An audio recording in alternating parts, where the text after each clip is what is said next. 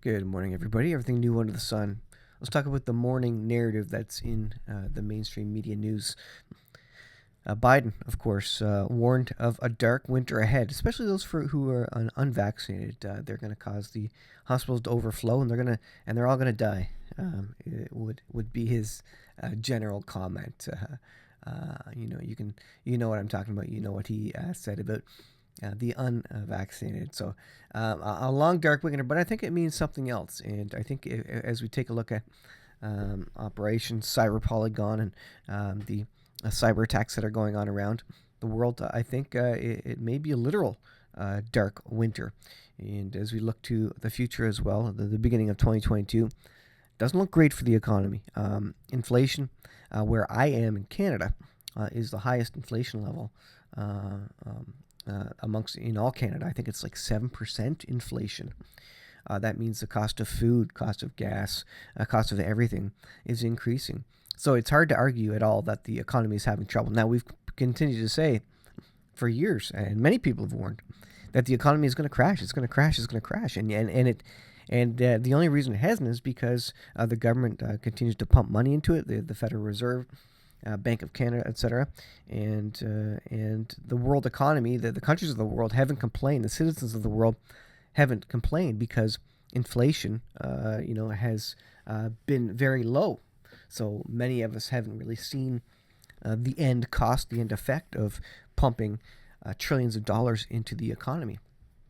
And we've been distracted otherwise, obviously, the last 2 years with you know what. But I think it's coming home to roost, and so inflation is now on the significant increase. And a dark winter definitely is coming. Taking a look at this about energy, natural gas, oil. These are all things that we need heading into the colder months. And what's happening right now? Well, right now the U.S. is sending a fleet of liquid natural gas ships to fuel-starved Europe. Why? Because they're shutting down nuclear stations, nuclear generators, nuclear power plants, I guess is the correct word. And at a time when energy prices are increasing significantly because of the pipelines from Russia, etc., they are now low on all sorts of energy. Europe's consumption of liquefied natural gas from the U.S. is about to significantly increase as a fleet of LNG carriers are en route to the fuel-starved continent. You talk about a dark winter, and this is what Europe is seeing in terms of energy prices.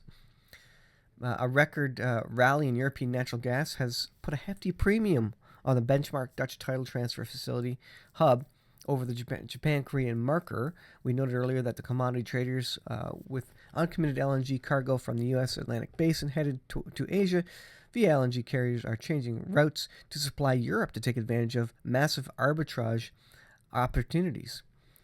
So significant issues in Europe as it relates to all sorts of energy. And the image here is basically of a bunch of ships headed over there from U.S.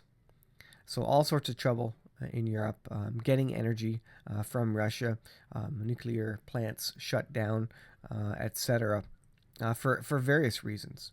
But they're in an energy crunch.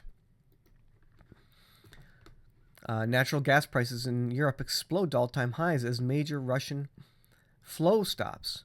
Natural gas prices in Europe exploded Tuesday, December 21st, 2021, after a major pipeline that brings Russian gas to Europe slowed output over the past couple of days and completely stopped delivering on Tuesday. This combined with record high prices of electricity after France closed 4 of its largest nuclear reactors last week. They closed 4 of their largest nuclear reactors last week. Let me emphasize that point. Low wind energy output and cold weather to further deteriorate Europe's energy stability over a very cold Christmas and New Year.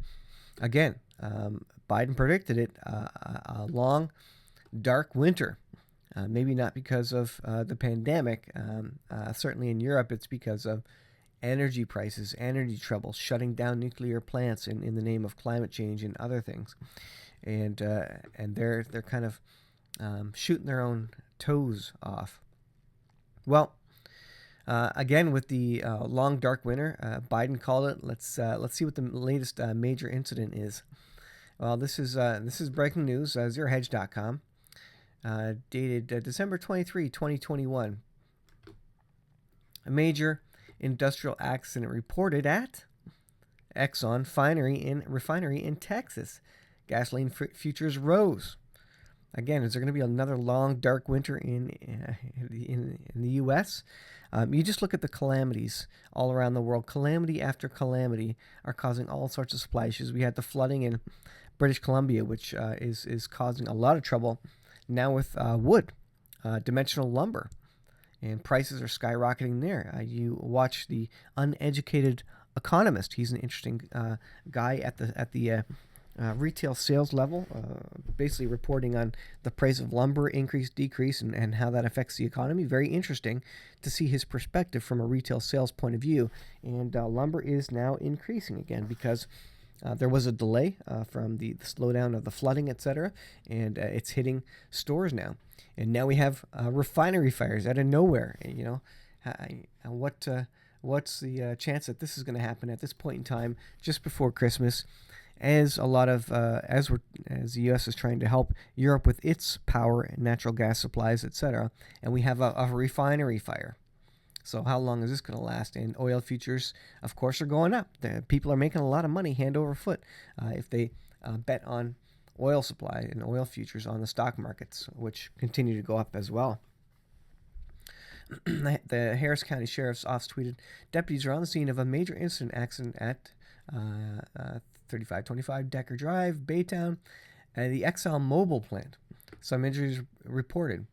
4 confirmed injuries, 3 were life flighted, and 1 was taken to a hospital. Exxon Baytown released statements that the fire occurred at 1 a.m. local time. And this is a refinery that produces 584,000 barrels of crude oil per day. And I would expect that they're going to have some trouble. Our industrial hygiene staff continues air quality monitoring at the site, and fence line available information shows no adverse impact at this time. ExxonMobil continued adding that it was coordinating with authorities as appropriate. So again, just a sort of one of those coincidental things is there going to be turn out to be some sort of cyber attack reported here? I don't know, but that's happened. That happened.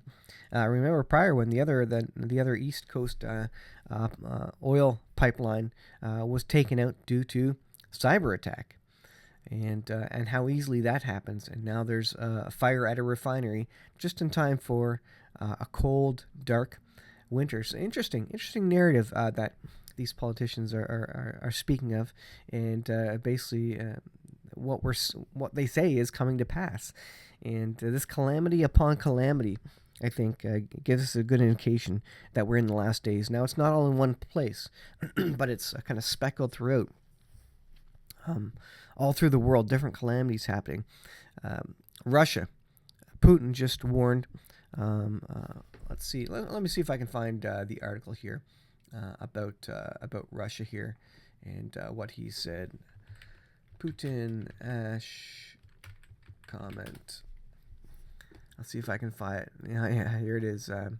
So the mirror.uk, everybody will be turned into radioactive ash. Go into reader mode here. See if I can pull this up. Putin warns NATO everyone will be turned to radioactive ash over Ukraine moves. And that does not sound like Zechariah, where it speaks of some nuclear incident where the eyes are dissolved out of the eye sockets, etc. And there you go. Vladimir Putin primed Russia for war against Ukraine today with media mouthpiece warning NATO to back off or everyone will be turned to ashes. Let me pull up here. Everyone will be turned to ash. Russian president told military chiefs and defense ministers Moscow will take military measures in response to tension with the West as his troops amass close to Ukraine. Is there going to be even more of an energy crunch? A dark winter? Is this maybe what Biden was talking about? Did he have more information about what was coming to pass in the Middle East as we send ships of liquid natural gas to Europe to help them with energy issues? Perfect time for Russia to tighten down the screws on Europe as it relates to energy to get them to go his way. And does the U.S. know that this is occurring? So they're trying to shore them up with energy, liquid natural gas in this case.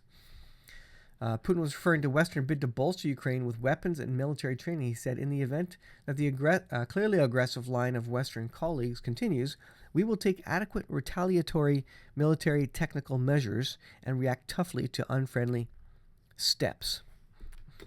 And so we'll just go back up to where he said, everyone will be turned to ash if NATO doesn't back off. Significant. And you talk about wars and rumors of wars and dark winters by political leaders and all the apocalyptic events, the calamities that are happening all around the world. And on top of this, you have these things. And then, of course, you have the panic and scare of Omicron going on as well. And you could say, you know what else could happen in this world? Is there one more thing that could happen? And you bet, you just wait a couple of days and there's going to be another significant event. And, just waiting for the straw that breaks the camel's back, that breaks the economy. And I don't know how it's held up so far, to be honest. But when it gets close to falling over, breaking the economy itself, then they'll take you to war. And I think that's really what's coming up. Maybe not an obvious hard economic collapse, but probably a soft one during some military confrontation. And we've got a couple of theaters in operation. Ukraine, Russia. You've got China-Taiwan escalation. You've got Israel-Iran situation. So you've got these wars and these conflicts kind of ready to go as soon as they are needed, if you will. As soon as they are needed, and if all those three take off, maybe a world leader will come in and say, look, the world is collapsing, there's a lack of peace, there's unrest everywhere. I'm going to bring in some peace for 7 years. We're going to reset the economy. Everything's going to be awesome for 7 years until we straighten this out for ourselves. All you got to do is worship me, follow me. All the countries of the world come together, accept this new monetary system, and we're going to have peace in the world for 7 years. It's going to be great, and man will have fixed all the issues it needs to. And everybody will hop on board. Why? Because they're desperate. They're desperate for peace. They're desperate for food and water because there's economic collapse. They're desperate to get back to normal, quote unquote, and they'll do whatever it takes to get back to normal. And they'll accept whatever it takes to get back to normal. Although if you read the end of your Bible, you know that this doesn't lead to good ultimately. This leads to calamity and bad things, and ultimately the abomination of desolation, the desecration of the third temple, and the wrath of God, which comes at the midpoint of that 7-year period that this Antichrist leader, this world leader, this political leader that has come into power to fix the world, it all ends at that 3.5-year mark. And so as we see things get worse in the world, know that the return of the Lord is very near. Get your heart right, get your heart ready, increase your faith, because it's going to be very hard in these last days to continue in faith, to keep your faith. It's going to be very, very hard. And it says in the Bible, when the Lord returns, will he find any faith in the world, on the earth? Will there be any faith left? A lot of people. There's going to be a great falling away, the apostasia, a great falling away. And I do believe it means the falling away and not the rapture of the church. It's going to be a lot of people you thought were Christians who are going to say, this is too tough. This is too much for me. I'm not willing to have this much faith. I'm not willing to put this on the line for God. I'm not willing to risk my family, my life, my house, my well-being, my food, the comforts of this life. I'm not willing to risk that for God. I didn't sign up for this. And there's going to be a lot of lukewarm Christians who are going to fall away from the church saying, this is too much. I'm not willing to do this. And don't let that be you. And it's going to be hard. It's going to be very hard in the last days. I hope you and I won't fall away. And that's why you need to be in the Word of God, recognize what's coming, understand what's coming. I think that goes a long way to not falling away, just recognizing and getting it right in your hearts right now, straight in your hearts right now, and getting straight with God, to recognize that these things are coming and to see them coming. And if we see them coming, then that will give us a much better opportunity to stay strong in the faith, stay strong in the Lord, and not to fall away, not to give up on the Lord and our faith in these last days. Thanks for watching, guys. I'll see you in the next video.